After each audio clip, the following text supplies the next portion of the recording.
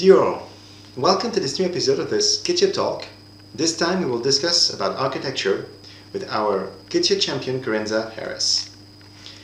In this CATIA Talk, Kerenza Harris, lead architect at Morphosis Practice, will show how an increase in project complexity impacts the management of organization and how digital technologies can help us keep the project in control. Also, Kerenza will highlight the changes in Morphosis Practice, the evolution that is happening now, and as the workflows are evaluating quickly. For that, she will illustrate her talk with different cases from Morphosis Practice, but also cases from the school where she teaches, SciArc. The CATIA Talk will be held here in our Building and Civil Infrastructure community, and it will give you the capacity to interact in live with our subject matter expert throughout the chat. So please don't hesitate to watch this CATIA Talk, and we wish you a very good day.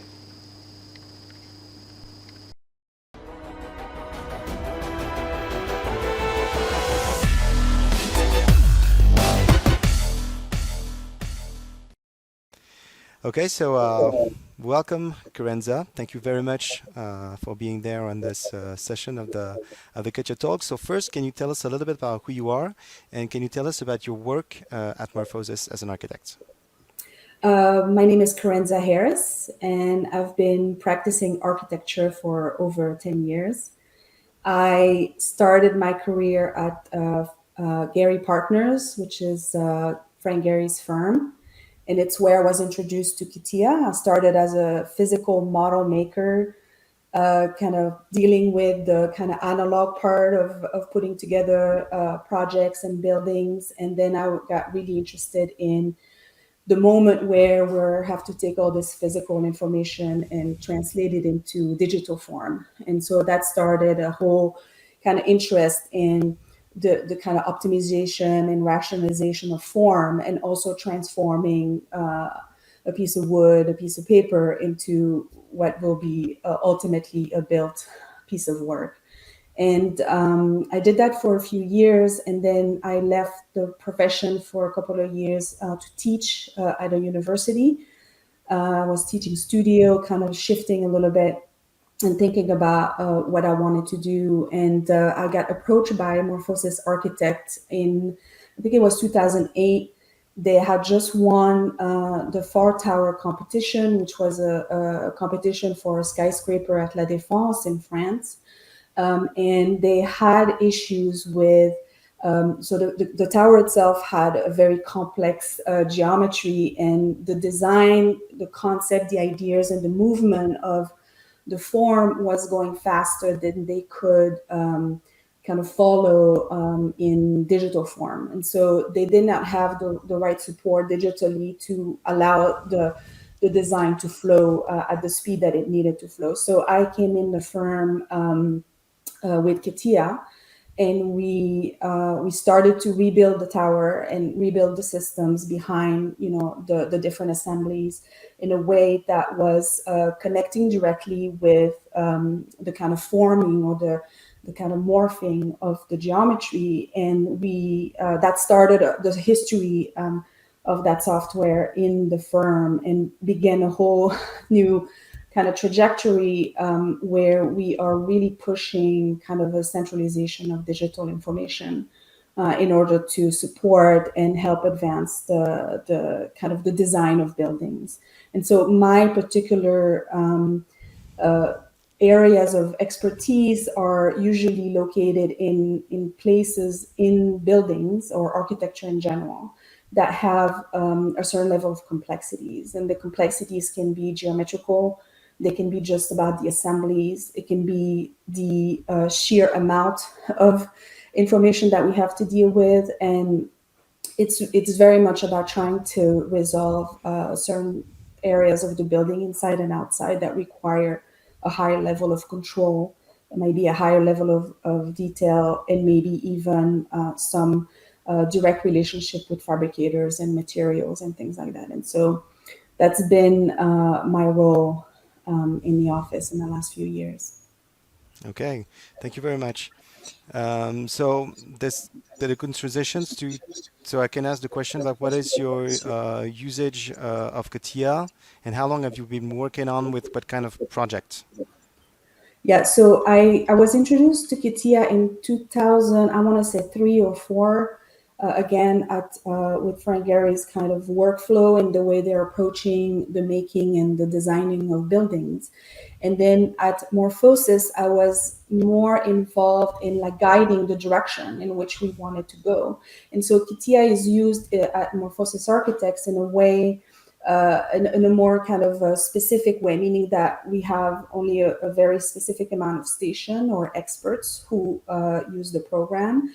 And again, we use it in areas of complexity, right? And so it'll be a lot of the public spaces where you may have big atriums or geometrical kind of again, complexities or geometrical moments that need to be resolved. We'll also use it, as I said, where we want to push or innovate in very specific ways. And it might be in relation to materials, it might be in relation to how pieces come together. And by using CATIA, it allows us a higher level of control over the different pieces of the puzzle. And so then we're just kind of like very careful about our choices of involvement with Yeah, CATIA okay. for specific projects. And then we also have projects that are really, really big. And those projects sometimes, you know, as much as we want, are difficult to manage in other software. And we find that the 3D experience platform is actually a place where we can retain the same level of control as we want, as building, designing or planning an urban kind of project, as much as the designing of a chair, right? So I think that we're trying to preserve the workflow and the design intent, by regardless of the type of architecture that we're doing or the size of the architecture that we're doing. And CATIA allows us to kind of get that done. Okay, I understand. That's very interesting. So it's kind of it's you can do both of things that could be simple and also things that could be very complex at the same time. It just helps you keeping the balance on the project on both things, on both Yeah, sides. exactly. Yeah, yeah. Exactly. Okay. And so, can you tell us maybe I don't maybe a good experience that you have? Probably I hope you had a lot, but good experience with to the experience Katia, and maybe if you have an idea on the collaboration on the platform. So for the CATIA experience, I think that, you know, we are trying to think of digital modeling and digital document delivery, not so much as a software, but as a platform. And what I mean is that it's now a repository or a place, a nexus of where a lot of things are happening at the same time, right? So we're no longer thinking of we're making this and that software, then we stop and we go to the next software, then we're making things in this software and we go out, right? There's the moments of connection between all Mm-hmm. these pieces that is essential, because we cannot get away with that state right now. I think in the office we're working on at least 4 or 5 different design software, and then for the delivery we may have 2 or 3 depending on the project. And Yeah. so I think that the strength right now is the background or the back of house, where we're putting all these interoperability things together so that we can seamlessly travel from one software to the other, because we have not yet found a unique place where all of that can happen in one software. And I don't know that we necessarily would want it, because the practice of architecture requires like a flexibility and a kind of like a wide variety of things that we need to access in order to do certain tasks. But what I really think 3D Experience CATIA is starting to do, and just the platform in general, is to create an environment that is linking some of these things. They're starting to link some of these things together in a more seamless way. And so it's less effort on our part to kind of have to still write, scripts or like establish workflows that allow us to go from one format to another, one software to another. And what I like about the kind of the thinking in the platform is that it starts to look at an environment versus as a specific software that does a specific thing, right? And so I think it's going in the right direction. And I think globally, the philosophy is the same on our side from what we're doing. We obviously don't have a whole platform at hand. We're not software maker, but we are definitely operating in the same kind of principles in terms of what we're trying to do. And so I think the 3D experience CATIA is helping us indirectly for sure, but like start to think about how these pieces of the puzzle can start to connect in a seamless way. Great. Thank you so much, Kerenza, for answering to these questions. Now in the CATIA talk, I think it's the time that you can present us the topic that you were interested to present today. So I'm going to leave the floor to you, and then you can start whenever you're ready.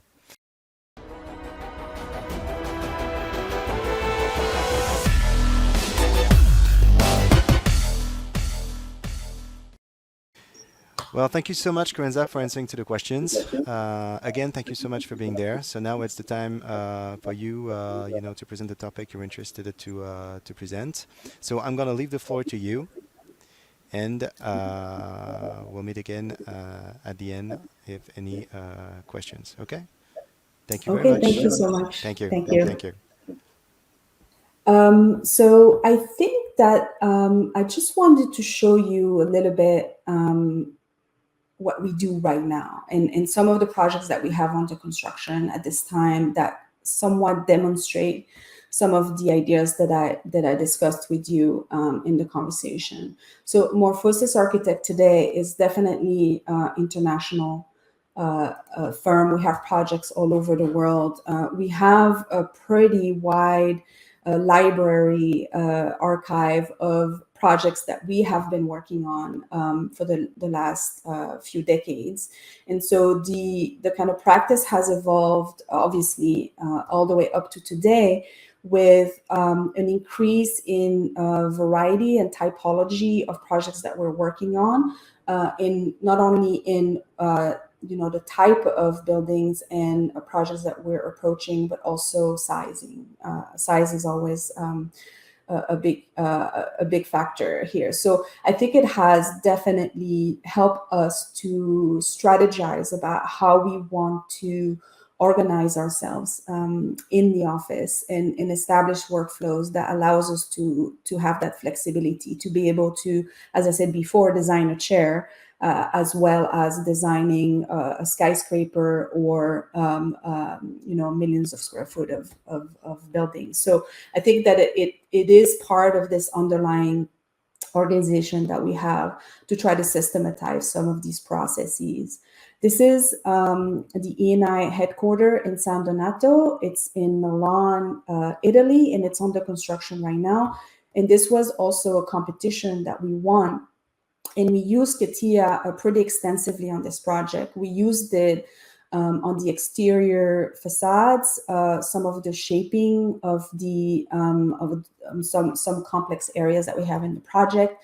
And the project is also maybe an interesting approach here where we're actually lifting the landscape and creating a more layered kind of urban condition. Now, the facades themselves are 360 degrees round, right? So we're looking at a performance requirement in terms of how does the like solar installation and other elements in the facade that may help us kind of design or define shape and types of coverage that we want to have.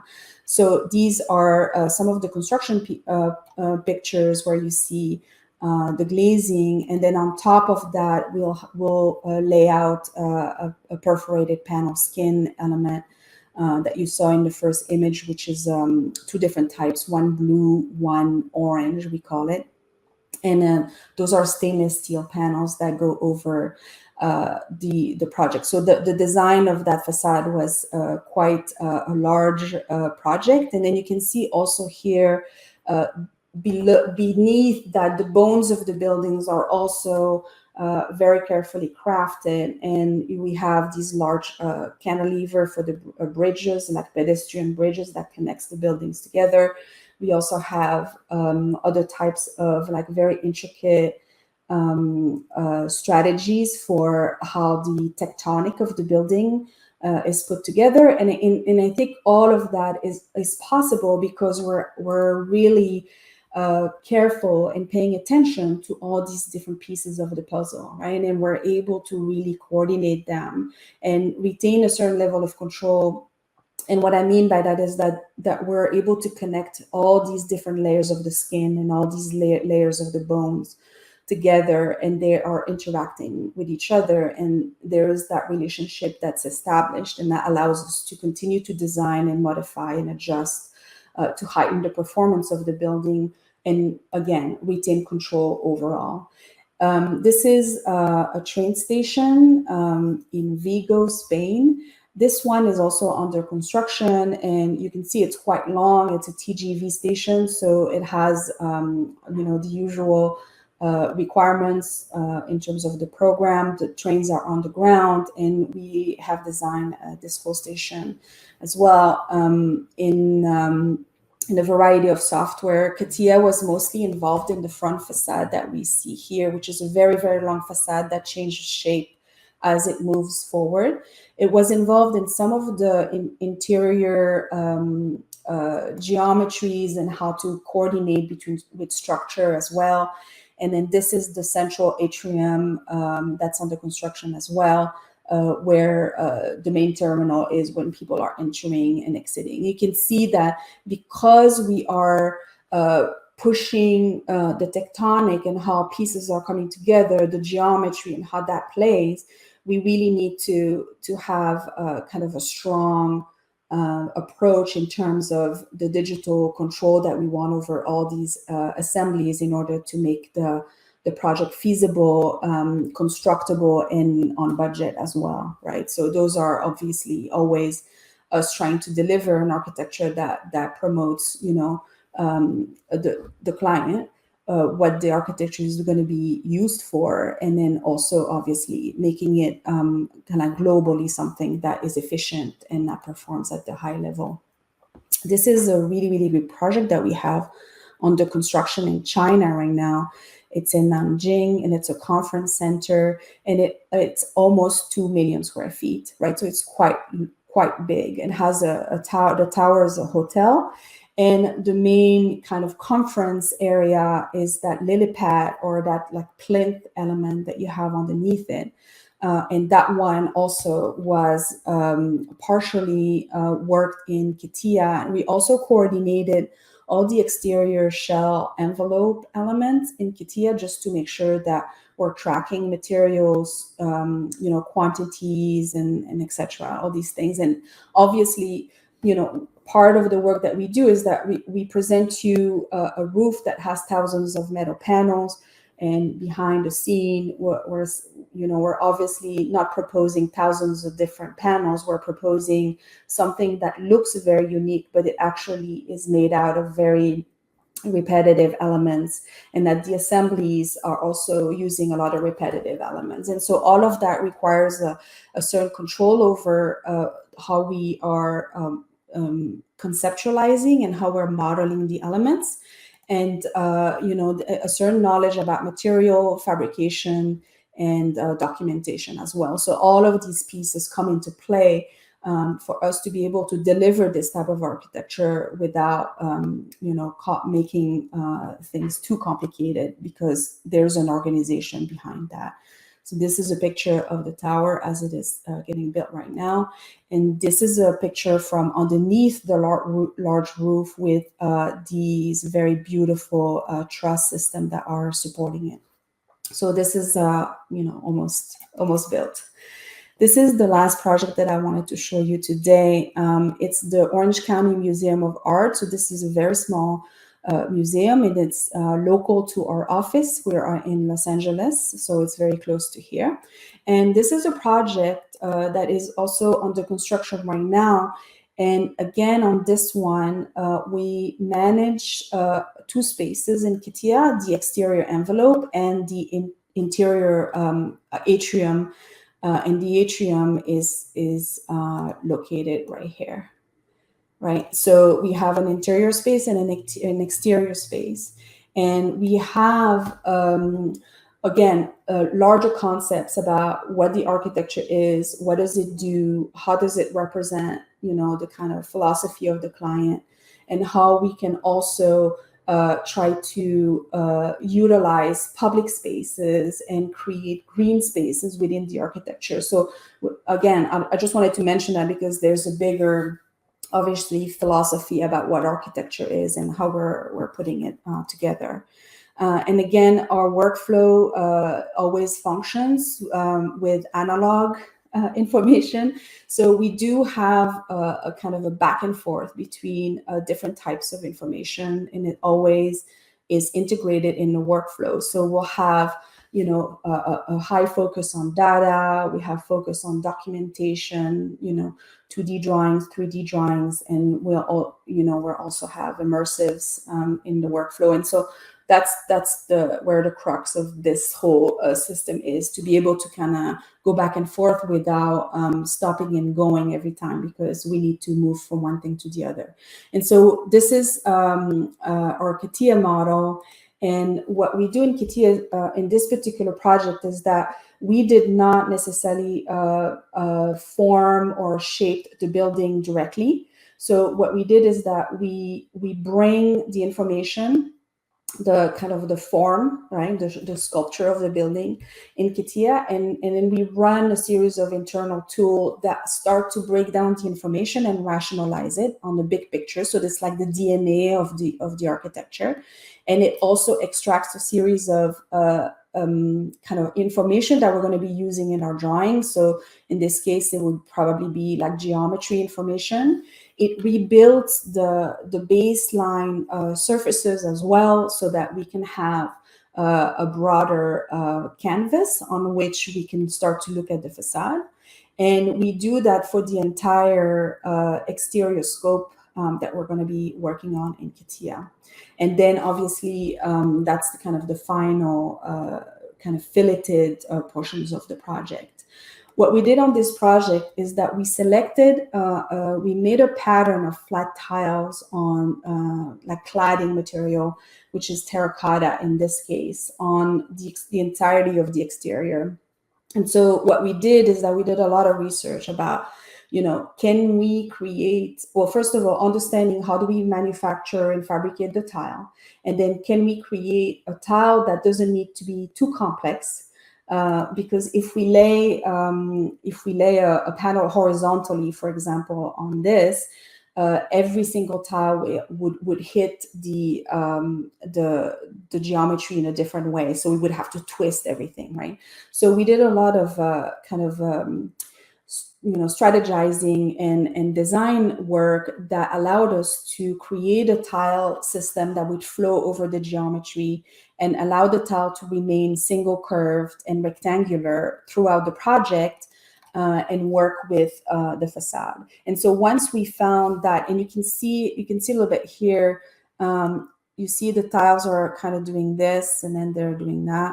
And then here they're starting horizontally, but then they flip here. So there is like a very kind of subtle, well, it's not so subtle on the interior, and I'll show you that in a moment, but a subtle way to kind of populate the tiles on the building. And then obviously we are working to optimize the system so that we minimize the amount of unique tiles. Now, the uniqueness in the tile is a lot has to do with the size of the tile, because we want the pattern to have a certain staggering kind of look. But then there's also how the tiles hit each of the cylinders, right? A very specific way. The process, this is happening in CATIA. but it has a couple of loops in different softwares as well. So we're writing kind of an interoperability tools that allows us to share the information instantly and or at least very quickly, without again causing us to have to stop the process. So the surface, once they're optimized and extracted in CATIA, they get unfolded. A pattern gets laid out on the surface, and then the pattern gets put back get folded back on the surfaces.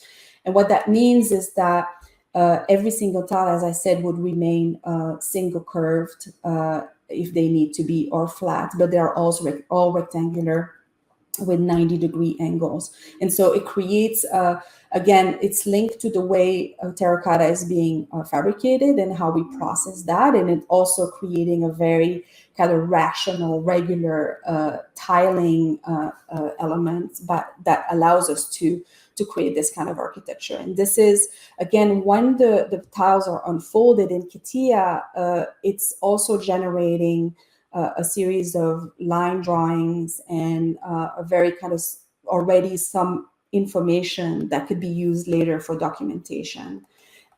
We obviously in advance did a couple of workshops with a terracotta fabricator to study the tile.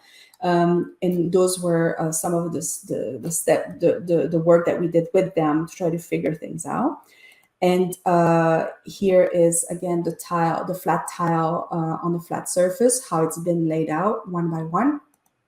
And then we also study, again, different level of details, the relationship between the flat portion and the curved portion. So each of them will be attached in a certain way. So I think I'm showing you this to show that we are actually looking into the fabrication process, but also the erection process and how these things are going to be supported on the wall, just to make sure that what we're proposing is making sense, and that it does work with the ideas of like performance and buildability. This is an image from inside the project, where you see again that transition between a flat surface and a cylindrical surface. And then you can see here, this is where you see mostly how the patterns will flow around the wall. So it's very important for us to have the building itself connect completely geometrically and parametrically to the tiles, because every time the geometry of the building changes, we are confronted with movements everywhere. Like if a cylinder changes direction, the whole tile of the whole building will have to adjust itself. So I think being able to kind of design that in this way helped us tremendously. And then I wanted to show you also some of the images from some of the immersives that we had. In this particular project, we were working internally, but also with the client on different ways to visualize in some of these more constricted and complex space like the atrium. It was very interesting for us to be able to bring them in a way that is more three-dimensional, and they don't have to necessarily understand a drawing or decipher a rendering, right? So they could actually be in the space. And so we're using these techniques very often to either kind of expose the DNA of the building, the understanding on how the pieces are coming together, but then also just as a way for them to them or us even to understand the relationship of the plans that they're receiving, for example, and the actual three-dimensionality of that. And then we're also working with schools. So this is the academia sector, teaching CATIA class or 3D experience class at SIRE, which is in Los Angeles as well. And the same technique that we use for our, office and the way we practice the architecture, then we translate these ideas with the students as well.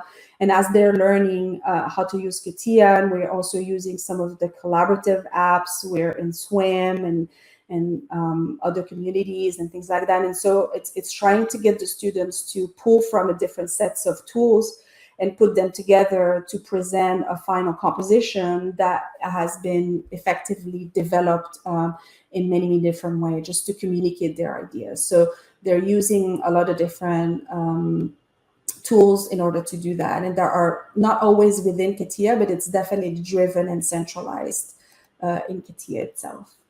So I think that's all I had for today. Thank you very, very, very much, Kerenza. That was awesome. That was really great. Congratulations for the models at the end. What you're doing at your school, it's really, really interesting. And thank you so much for presenting the different projects for Morphosis.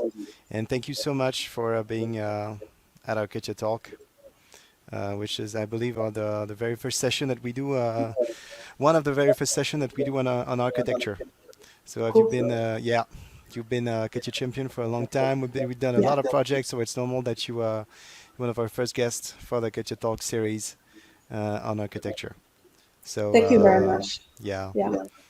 thank you again. And if, of course, if anyone has any questions, I will be happy to answer it on the chat pane on the right, as we're broadcasting this on our CATIA community. And thank you again, Kerenza. Yeah, no problem. It was it's always interesting to be able to talk about some of these workflows and how we can integrate these types of platform in a quite a complex practice that requires many different tools, many different approaches and expertise. So I'm thanking you for inviting me. Yeah, you're welcome. I'll see you soon and talk to you soon. Yeah, Thank thank you. you.